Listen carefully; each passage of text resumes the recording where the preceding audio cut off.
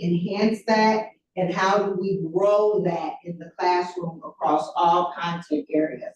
So where are we now? Again, really working with our paraprofessionals. We have 44 paraprofessionals in our LAP program. And so we know we will never have enough teachers in our LAP program. So how do we grow our paras so that we can ensure that we are doing that across the board? So our next steps in that is to, again, help all of our educators across the board to know that we are teachers in every single content area, in every classroom, with every educator. And so next year, we want to continue to build district level PLCs and strengthen instruction and outcomes for all English learners. Any questions? MSD or SPED. SPED, are we fully staffed at school sites now? We still have about one shy, and I think we still have one of our school sites on MOU, I believe. Yes. Which is pretty good. Yeah. That's good. That's That's pretty good. How about special education teachers? Is that so looking or? Okay. Still looking? We are mostly inside. Yes.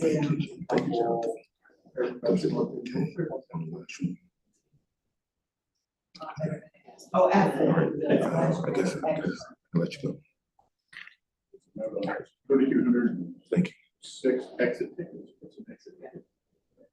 So at the conclusion of training, one of the things that Dr. Dow will do before teachers leave, and we'll talk about this at the end of the presentation, we've been collecting feedback all along. And so we've done some formal feedback, or we've asked teachers at the end, I'm sorry, I'm just kind of brain fog. We've asked teachers for summary to give us some feedback at the end, but one of the things that we've done all along, we've asked for feedback each and every time that they've met to kind of give us some feedback along the way so that we can tweak the presentations each time. It's like in the classroom, we really good teachers collect feedback so that they can tweak and make the necessary changes along the way. That's one of the things that Dr. Dow and her team has done each time, is kind of collect that feedback and make those tweaks along the way. How many, I know you probably don't have the number right, but I'm just curious, how many students are we supporting? We just looked at that today. We're right around 2,300. We're at 17% special education students as a district. Right around 16, 17%. That's pretty much comparable to other districts around us as well. I'm not sure in terms of state, where we are in terms of the state special education. I'm not sure where we fall in the state. Recently that we're high right now, which I'm seeing myself. Our numbers are, numbers are. I want to say we stayed fairly consistent as we were last year with special education. LAP, we are the third highest in the state of Indiana with LAP. That I do know. In the state of Indiana, we are the third highest in the state of Indiana.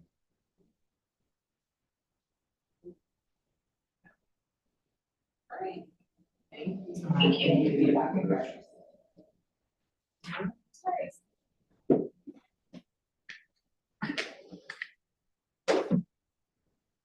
It's my pleasure to work with our school nurses and to facilitate some of their professional development.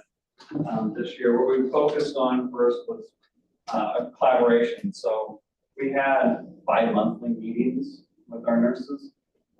This gives us a chance to meet them every week and have them learn from each other and talk with each other about some of the things that they're seeing in their clinics, strategies that they have of working with students and parents and staff. And so that has really been helpful for us. With our relationship with Cambridge Regional Health, when we have our full day trainings, they start Monday,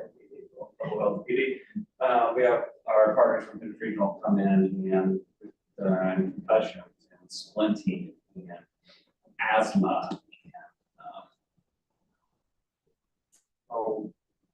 devices, assistive devices. So they've been able to work with our trainer from Hendrix and have time together to work on that. And then parent-family communication has been really helpful, having that time when we're not meeting. They have a few minutes here and there to call parents, talk with parents, especially about immunizations and getting them up to date, training kids up to date there, as well as just having more time when they're not trying to talk to a parent while 3 kids are coming in the clinic. Say at that time. So we definitely have seen more consistency across our clinics, and we've been able to have specific training for school nursing and really have increased that interaction with our families during that time. It's paid off when looking at immunizations, it's really paid off there. So what we'll do next year and next steps really work to reinforce those things that we worked on this year. We're waiting to see, we were supposed to have guidance. We talked about, I think, the last board meeting for immunizations and the main changes there. So our nurses will have to pivot pretty quickly if we don't get that until the summer. So our communication out with parents and our teacher office and our nurses will have to be ready when it gets come back to make those changes. So they're ready. It's a good group. So it's been a pleasure to work with them. Our certifications for the nurses, do we have RN, LPNs? Yeah. What are the certifications? All of our nurses are RNs. Okay, great. What's that? But they don't all have bachelors, but they have a bachelor's. Have increased their masters a little bit more. Yeah, there's an incentive.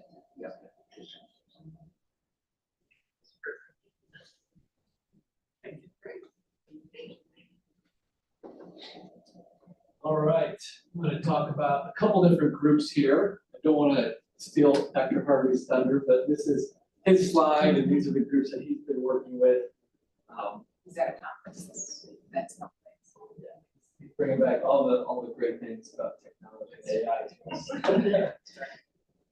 But our groups do overlap. They have overlapped occasionally. I think the next few groups that we talk about are the ones that when you probably get to the 3rd and 4th steps of thinking about what late start Mondays are going to look like, you start to think, yeah, but what are the custodians doing? What are the IT staff doing? And what are the front office staff doing? All of those pieces. And so I hope I can give you a little picture of how that has fit together and what we have learned over the course of the year. So for Dr. Harvey's groups, it is obviously IT, and then our data secretaries and enrollment secretaries. So if they're working with, obviously enrollment, that one's pretty self-explanatory, but if they're working in Skyward, attendance, those type of things within that platform, they were in one group and together through that whole time. So you can see some of the focuses, some of the focus of that work being, you can never do enough customer service. It is, we have a high standard here in Wayne Township for what our families encounter when they come into our offices or call us on the telephone. The only way to maintain that is to pour into those people and to have cadence and just kind of reminding, these are some of the things that you can do. This is what we're looking for and what people are hoping to experience when they interact with our schools. On the technology side, just those workflows, how quickly and efficiently can they address those, get everything up and running to support students and staff. The third bullet point there is a huge one for the centralized enrollment process, and that was one of the driving forces there was that data accuracy on the input side as students enroll.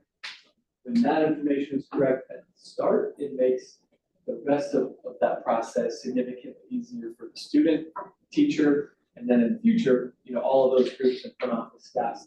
Sorry, I didn't realize I had my back to Mrs. Burke there. Process through that.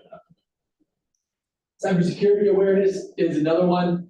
Our front office teams are our front lines in many ways when it comes to that as well. We'll talk about that a little bit more with Treasury, because that is another space where there's a lot of targeting. And then just making sure that everybody knows what tools we have to make their lives easier, more efficient, and result there being a better experience for students and families.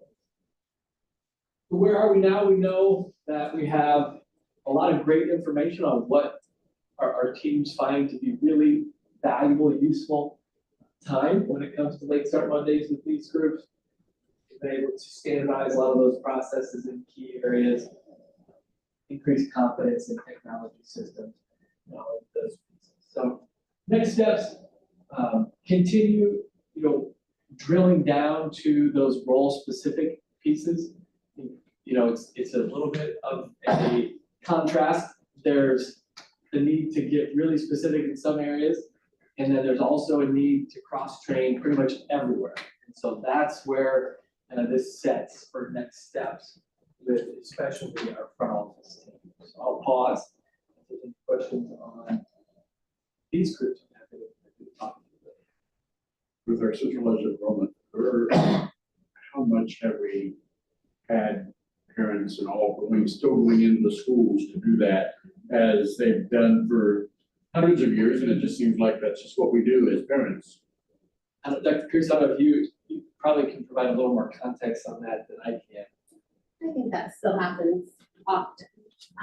And we, when families do come into the schools, we want to help them there at that point at the school rather than in sending them. That was the next question, should we help them there or do we send them?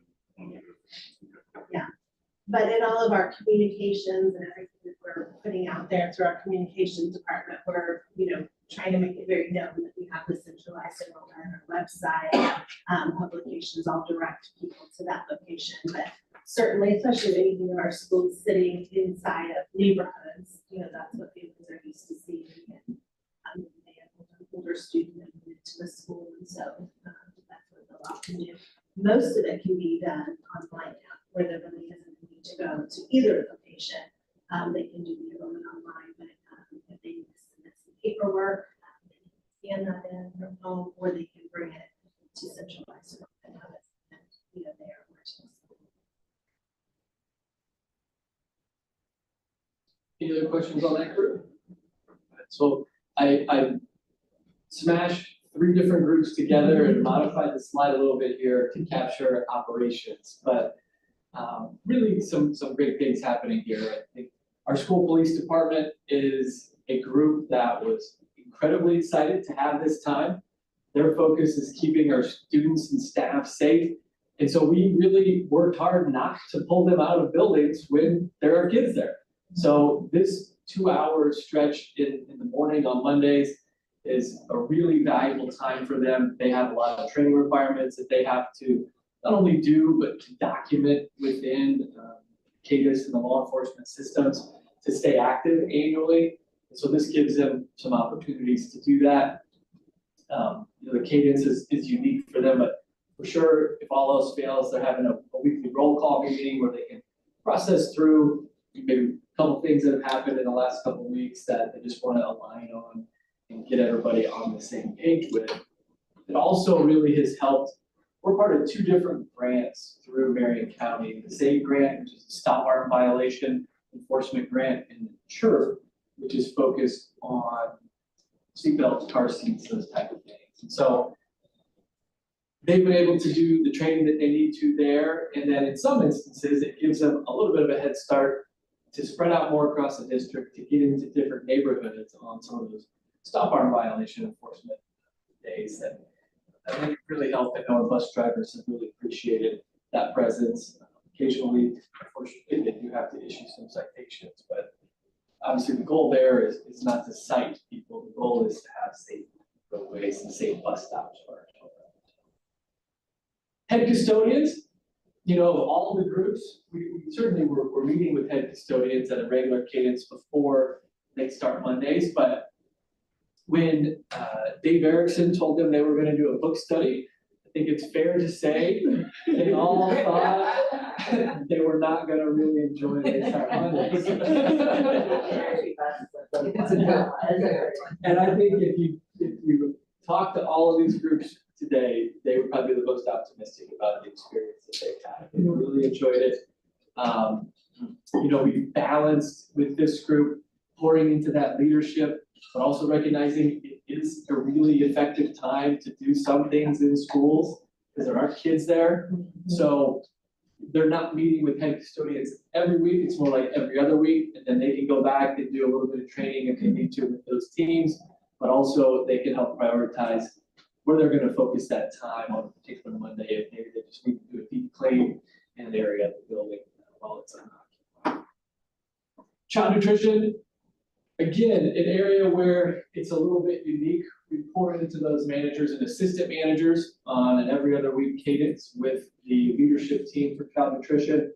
And then that other group is back in the kitchen with the rest of the staff that are still preparing meals, that while we push back breakfast and lunch, they also get scrunched together. So there's not really more time to prep the food, it's just a different time that the food has to be prepared and served. So I think they would also say it's been a really valuable time. They've always had a great program for developing leadership within their department, and this has only strengthened that. So I've given you a lot of those highlights. I think there's a lot of energy moving toward next school year.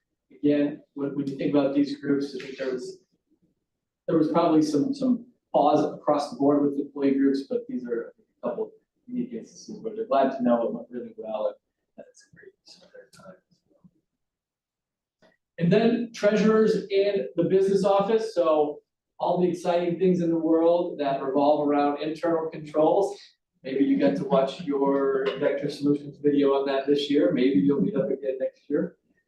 But it really, again, the balance with this group is unique as well. It was a steady cadence of meeting, but the meetings were a little bit shorter, and then they were allowed to go do some of that work that we talked about on that particular day. So I brought my cheat sheet up here just so I wrote a bunch of them down there. But outstanding checks. If we wrote a check to somebody and it hasn't been cashed, the process we have to follow, just reminding people, pulling a list for them on what they need to do, who those checks are made out to, clean those things up.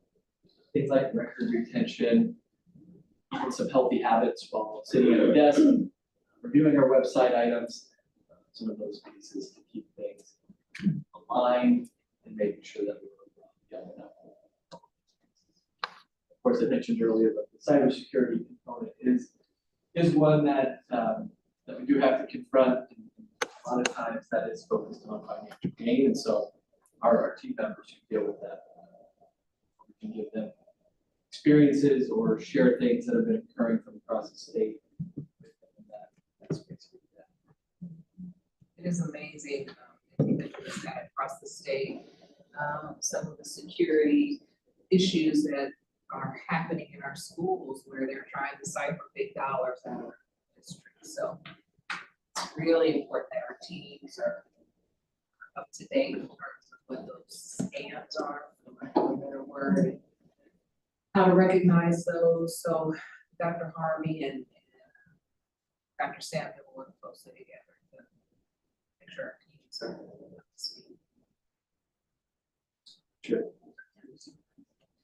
And just to kind of wrap us up, this is the mid-year staff survey. This lets you know what we asked all of the staff that were participating in our January survey. So they had 5 questions that they were ranking on a scale of 1 to 5, from strongly disagree to strongly agree.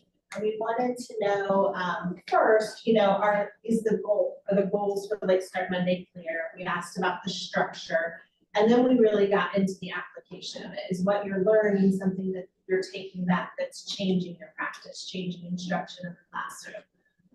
Is the time that's being provided resulting in changes? And then finally, do you believe that it's a good use of your professional time? Then we asked 3 open-ended questions that you can see there. So what aspects that are going well that you really value? What are some things you would recommend be changes? And what are things that you see that might be barriers to your work? So we pulled here just a very small amount of the staff comments, but we pulled these because these represented some recurring themes that we were hearing. And so when you take a look there, you'll see that they're writing about that collaborative time, the appreciation for the time with colleagues. They're writing about the time to learn new curriculum and having that opportunity. They wrote about the time to look at the student data and really get into the root cause of why a student was performing rather on track or below where we were expecting. So those are some of the survey comments that are there. And then we made some tweaks already this semester based on the feedback that we got. We designed the survey in such a way that when we got the feedback, we were able to see some global, feedback. We could look at the whole district and see where the scores were, but then we could also look by department at the high school. We could look by staff type. We could look by school entity. And so that really let us go deeply in and see where is it that we have staff scoring that the goals and structure are working well, but maybe they're not seeing it as meaningful to their work. Then that's where we know we need to focus. Or are there some areas where they're saying what we're doing is really meaningful, but we're struggling with the structure, we're struggling with the pacing, with the protocols. Okay, then we know that's where we need to work. So we made some immediate adjustments this semester based on the data. We met with these groups and we talked about what we saw in the feedback, what we were going to be changing. And then we'll be meeting here again. We're going to get this survey again in May, so we can see where we are after a year of implementation, and then we can look at, are there some additional adjustments that we need to make for the new year. This is just some other information I mentioned earlier, but our requested professional development days, we're tracking 67% lower. So we only have a third of the requests that we had last year. And some of those are things that we really wouldn't be able to do during Late Start Monday. For example, we do proactive training with staff. So staff responding to high stress situations in school, what are the de-escalation strategies that we want to use? That's a scripted program that we have to have staff out for a full day or multiple days for that. That's not something that we can do during Late Start Mondays. So we knew that that would still be a time that they were pulled out. At the secondary level, the staff member takes the group on a field trip. Then there has to be still a professional day for a sub for the kids that are in the other courses throughout the day. So we'll never have that at 0 professional days, but we have seen a significant decline in those days because of Late Start Monday. I think there's a real effort to analyze when the teacher needs to be out. We do it in different ways.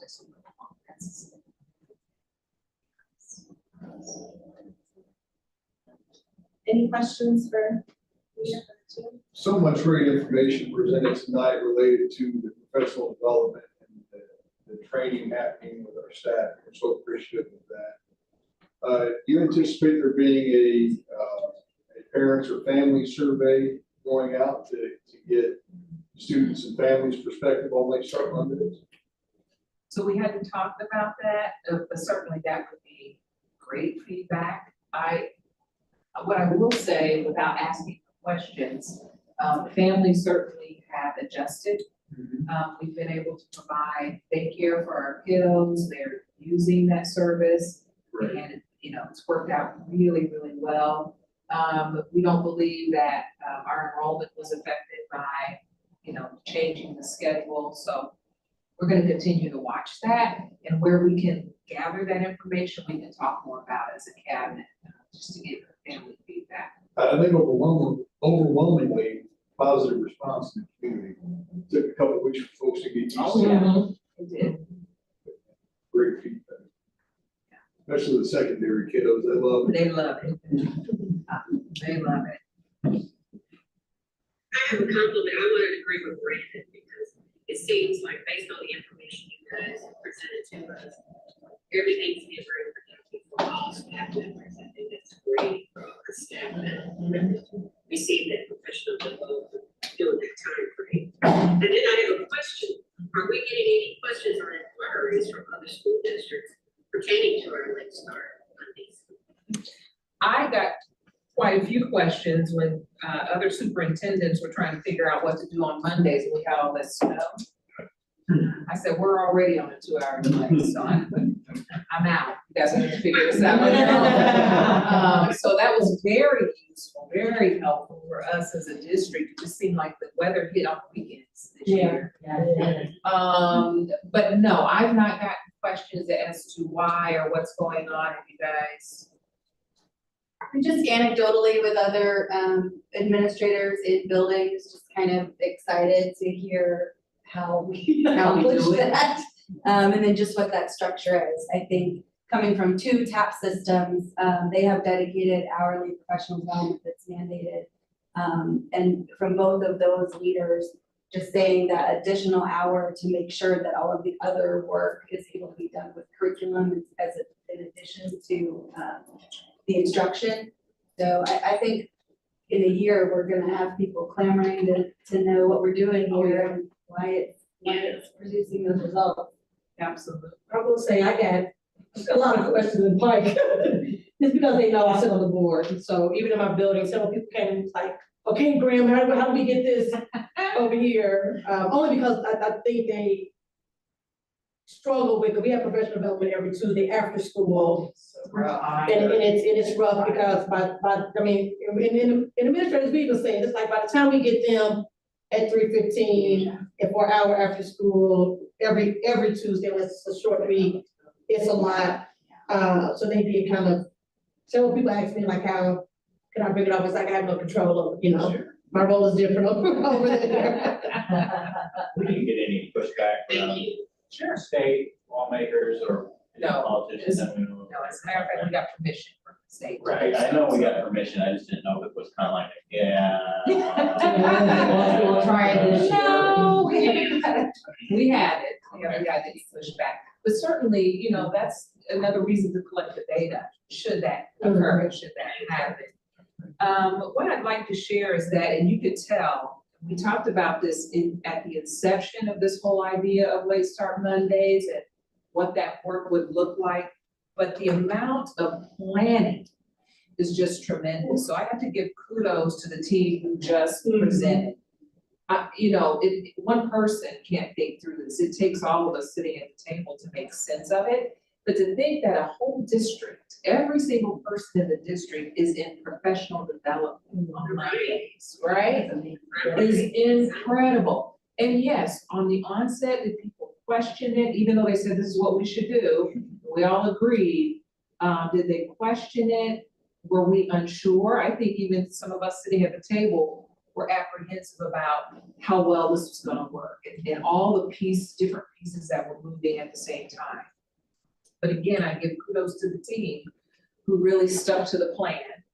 And the other thing I want to recognize is our teachers and our staff who, when we think about teachers coming together and staff coming together and meeting, we think this is no big deal. We have a schedule. This is what we're going to talk about. Now do it.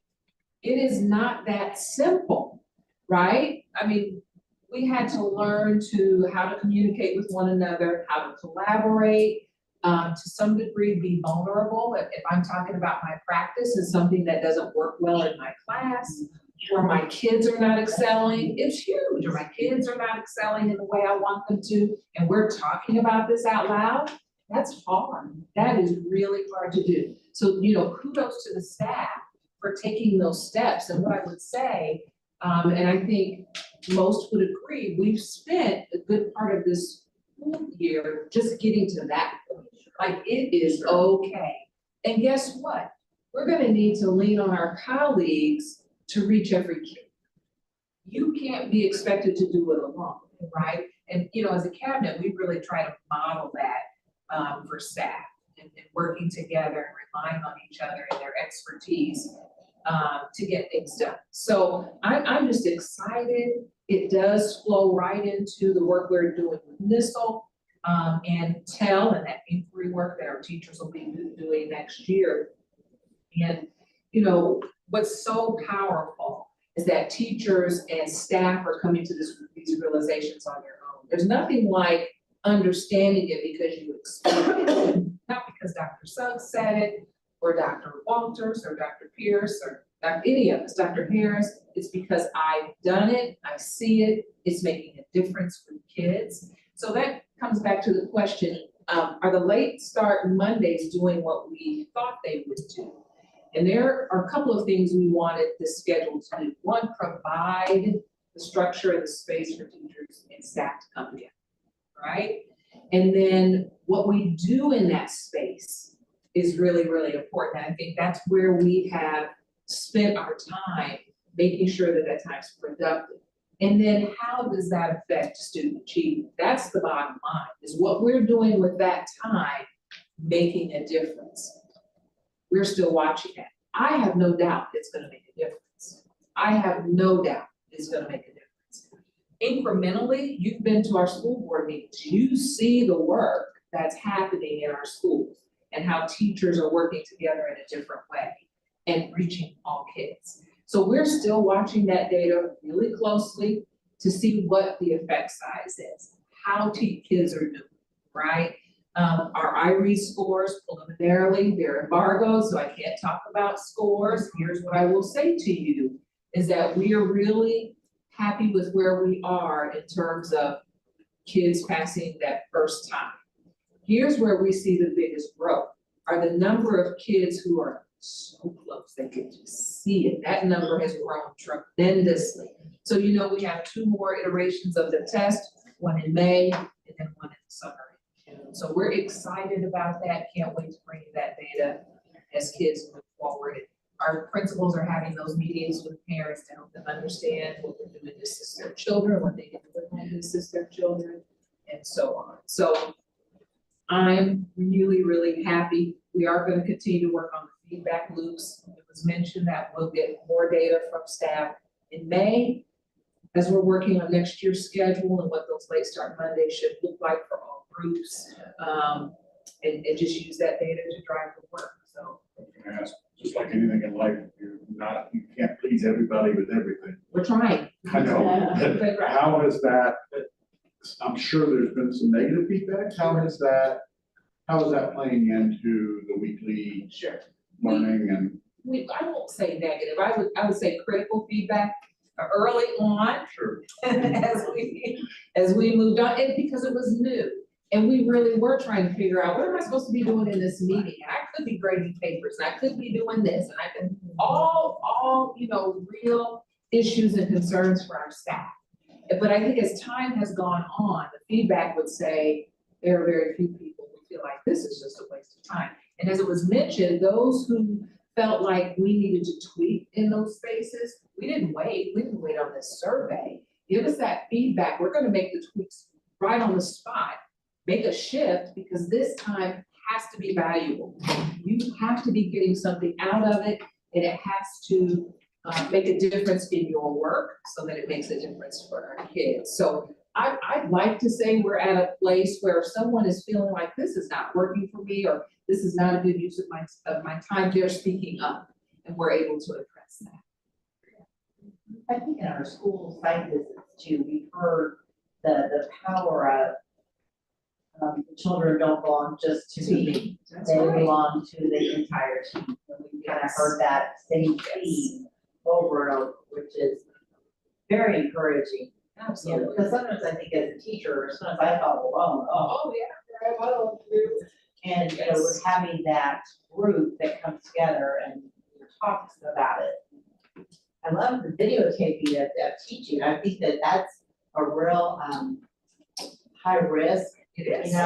Personally, very vulnerable. Yeah, you have to be very vulnerable to do that. And I love that teachers are feeling that safe. That's right. That safety. That safe space. Yeah. And that's building a culture. That Sure. takes time, right? We're, almost through the school year. I can't believe it's not so fast. We're in spring break. But it's taken time, right? And we're still building that culture. As people leave and we bring people on, it's continuing to build that. This is what we do and when. These are the expectations. This is how we work together and so on. So that's just going to take time and consistency. Right? So, awesome. Thank you. Thank you very much. Thank you all. Mr. President, can I please ask for a change in the schedule tonight? I'd really like to bring the middle school math report before we go into school board policies, just because what we're talking about, this flows right into this report and what they're doing with middle school math, if that is okay. Absolutely. New business item D, middle school math report. Thank you. Thank you so much. I definitely want to present this as one example. We've heard numerous times that we've got a lot of moving parts and have been very intentional in that. we could bring a number of examples where this is going really well, we can attach this. But I'm happy to bring building thinking classrooms, one, because you've heard about it on a few of the board visits. If you were at Chapel Hill, we walked through sort of the process.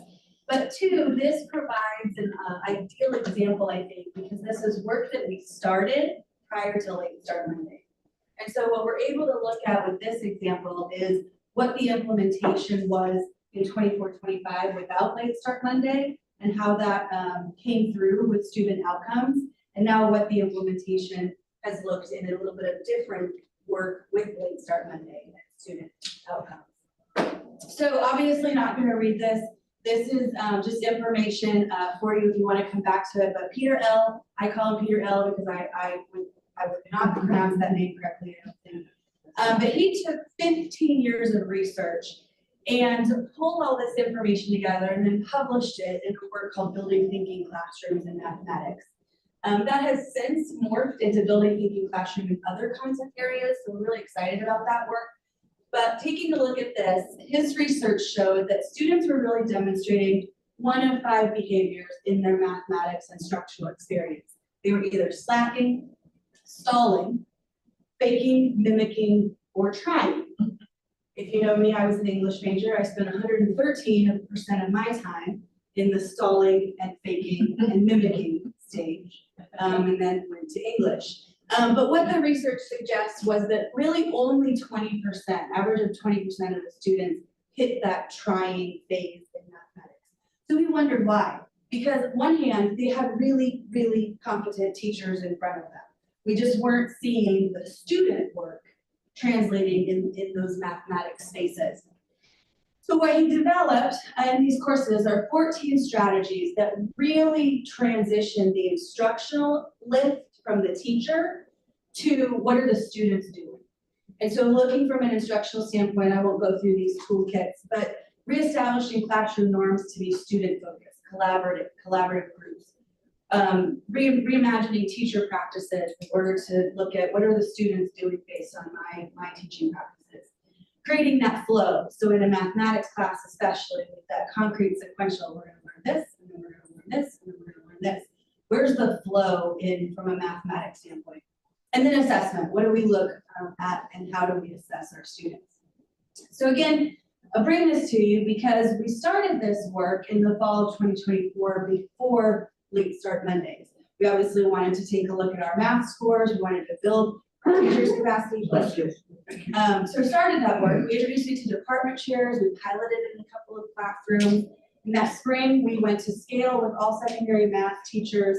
And in our current structure, we began sort of chunked implementation. So as you know, it caught on in a few buildings or it caught on and you know, with a few teachers within the department. And just again, based on our structure, we saw that fragmented implementation. In 25-26, this really became a focus of the secondary TLC group within all of those moving parts in Late Start Monday. So we were very intentional when we were pulling math teachers together. What did that focus look like in terms of building thinking classrooms? So we had full scale PD through Late Start Monday and that full day PD, and then again, returning to full scale implementation. So what I share here is the outcomes of that. We always want to really drill into what does this look like for our students in terms of our work during that time. So again, before building thinking classrooms, so before even looking at this in 24-25, when we took our assessments throughout the year as part of our curriculum, you can see we had 36% of our students with low growth, 21% with targeted growth, and 42% with high growth. Compared that then to 24-25, without the support and the structure of Late Start Monday, we saw a little movement, not a lot, but we saw that 35% low growth, 20% targeted, and that 44% high growth, largely attributed to that fragmented adoption, right? So some teachers latched onto it, they liked it.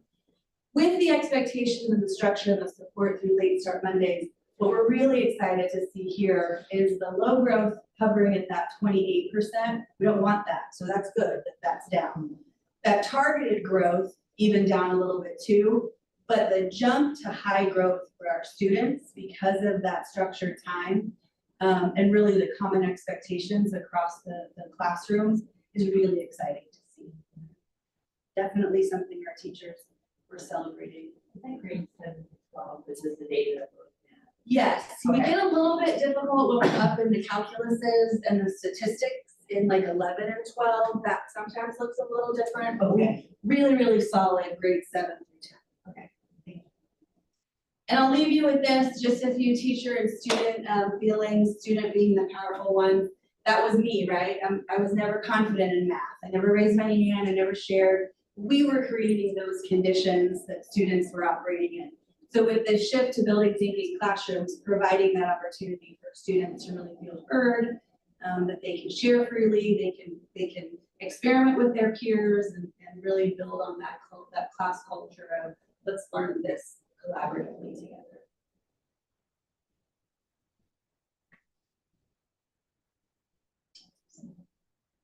It speaks to the power of, again, that collaboration time for teachers, focused PD.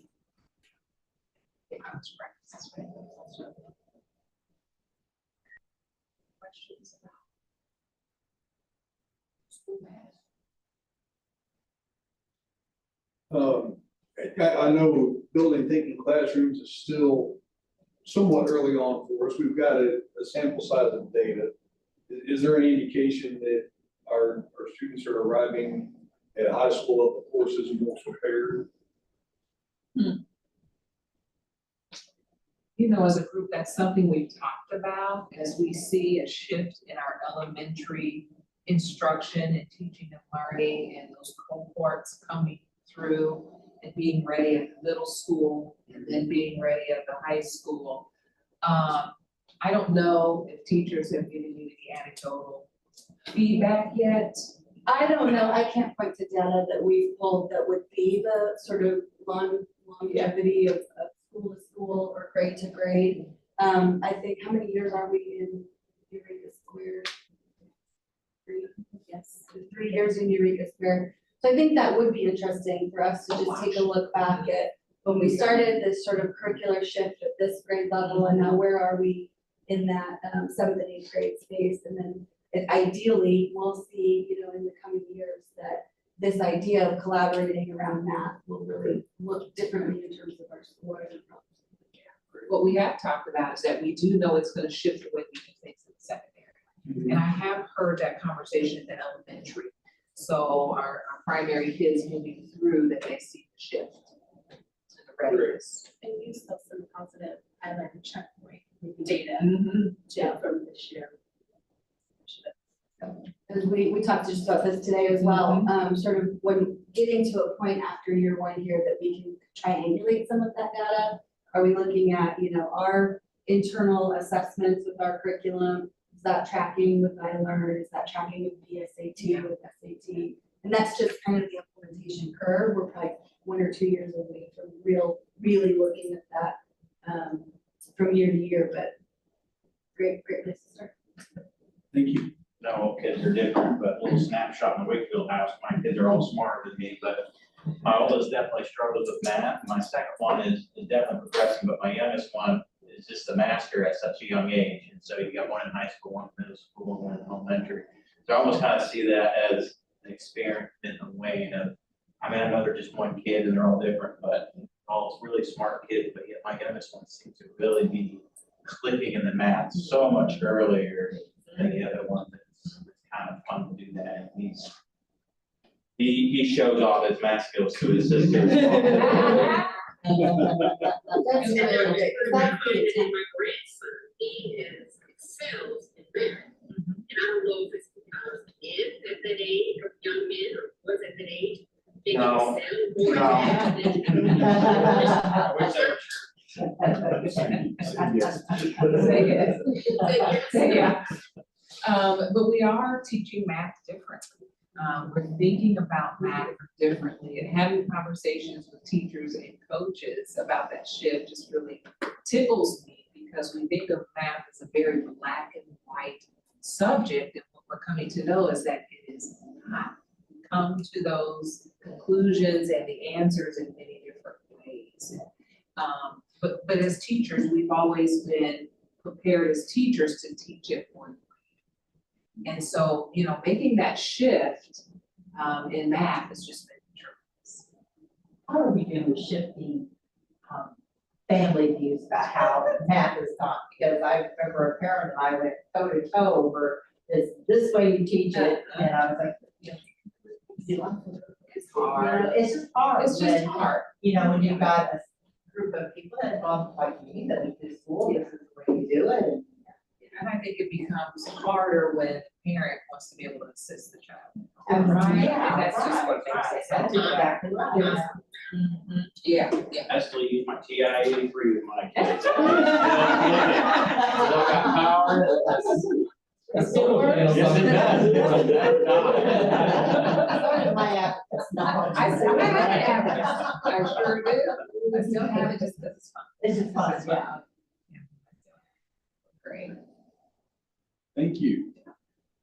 Moving on to new business, item C, school board policies first reads. Mr. Fester. Thank you, Mr. President, members of the board. You may have, you looked earlier and you saw 5 policies, and if you look tonight, you saw 2. Thank you. That's good and bad news. Bad news is I messed up and put on the policies that were reviewed. So you don't usually get those. And so now they're gone. So the good news is we're left with 2. So you're already doing better than I did. And they were long, and those had a lot of changes, so these 2 are not too bad. So the first one is D 325, drug and alcohol free workplace. So the first change is the title. So the title used to just be drugs and alcohol. So the change the title does make it just a little more positive, right? This does a little more about what we want here in the district. It also cleans up some gender language.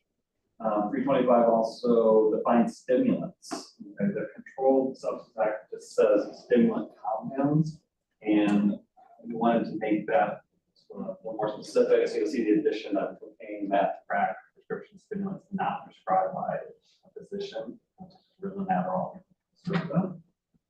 and then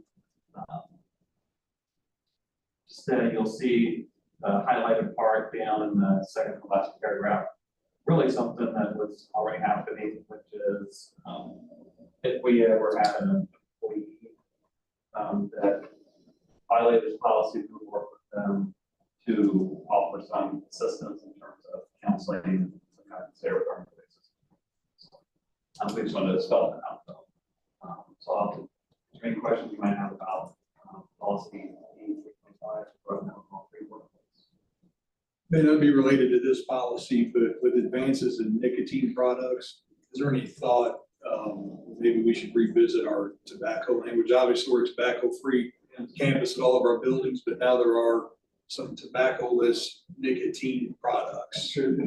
I believe that policy talks about e-cigarettes and vaping, but I don't think it talks about Zins or anything else that comes with it. And we may not care about those, but I thought it was worth I'll a ask our conversation. attorneys about these other schools, whether they're advice.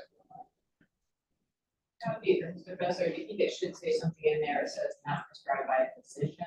But Ritalin, Adderall, and Concerta are prescribed by physicians, and you could say by the person's physician.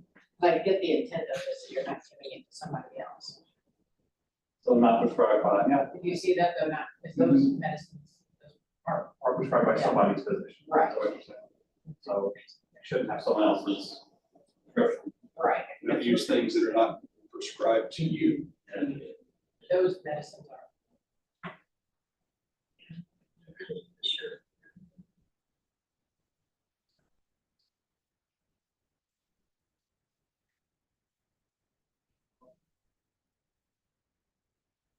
Thank you.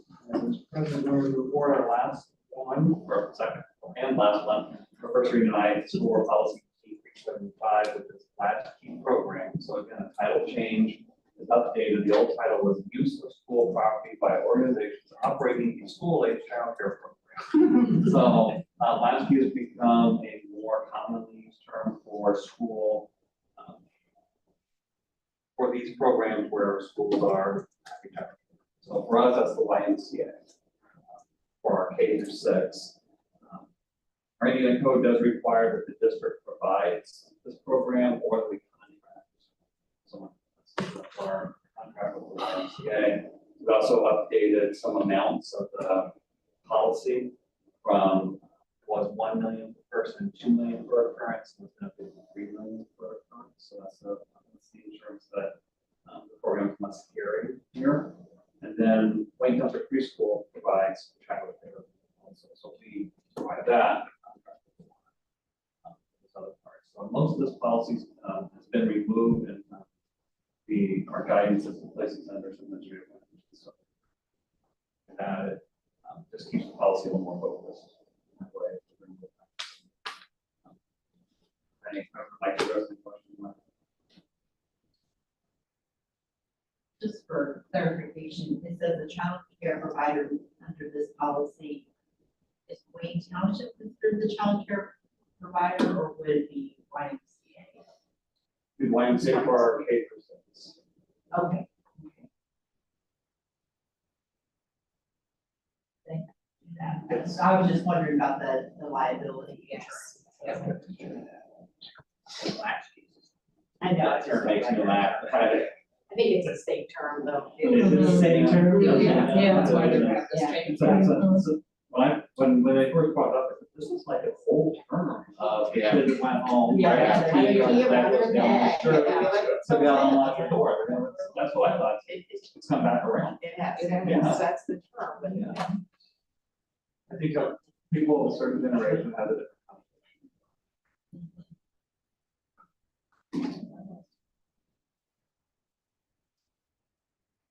Dr. Suggs, do you have any board information for us this evening? Well, as mentioned earlier, I cannot believe we're looking spring break in the face, so the district will be, no students, no staff at schools, March 30 through April 10. We are late. The good news is hopefully people get flights out. They'll have a little warmer weather, right, for the 2 weeks. We will have administrators and 12-month employees in the buildings that first week. But we'll be completely shut down the second week of break. The first week of break, our community theater will be at the high school. She said she had to cut off enrollments. So that's always great. So we're excited about that. We will be back on April 13th. We have an executive session at 6. We're meeting that Monday night at 6:30. So those are the events that are coming up right away. I did want to make you aware of a memo that I'm going to send to parents, and it really is in the spirit of keeping our students safe. I made you aware of 2 instances, but we actually had 3 where we had 2 students, another young person who was not a Wayne Township student, was on campus with an aerosol.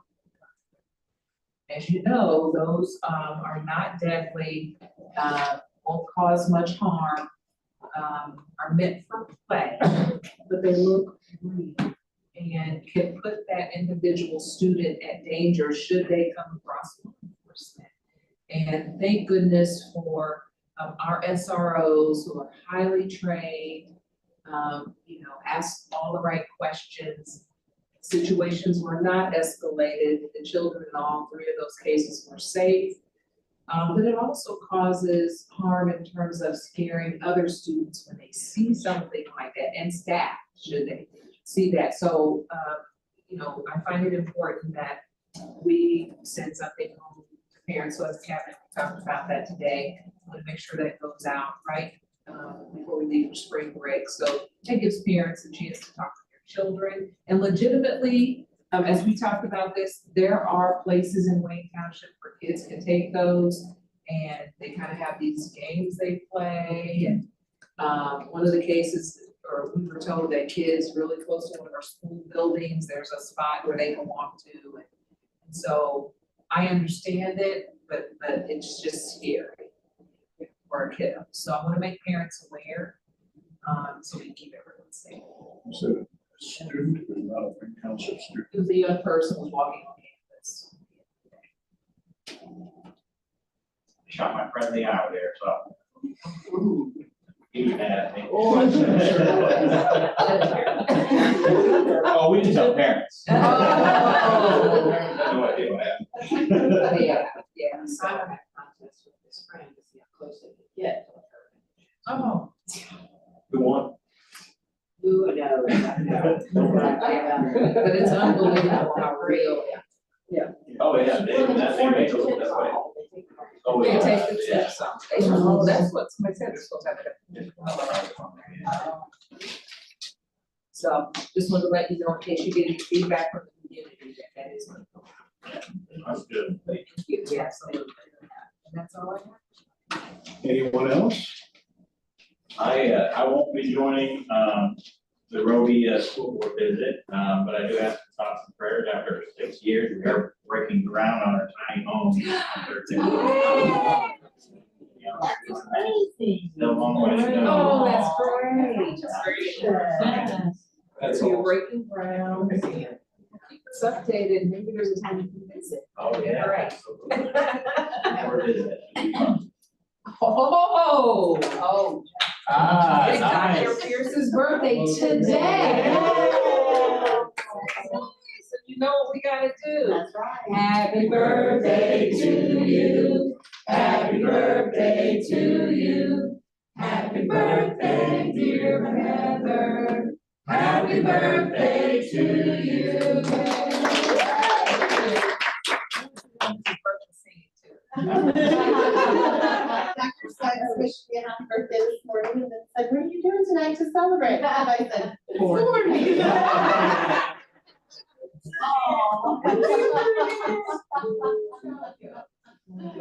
I make a motion. Motion in a second, all in favor, say aye. Aye. We're adjourned to 7:49. Can we join our meeting? Ben, Dr. Walsh, while you were presenting, I noticed a big old rock on your ring finger. Is that new? This is my dad. Okay. Well, congratulations. You just stole your mama away from us tonight. You did. It's good to see you. How are things going? They're going. I love this.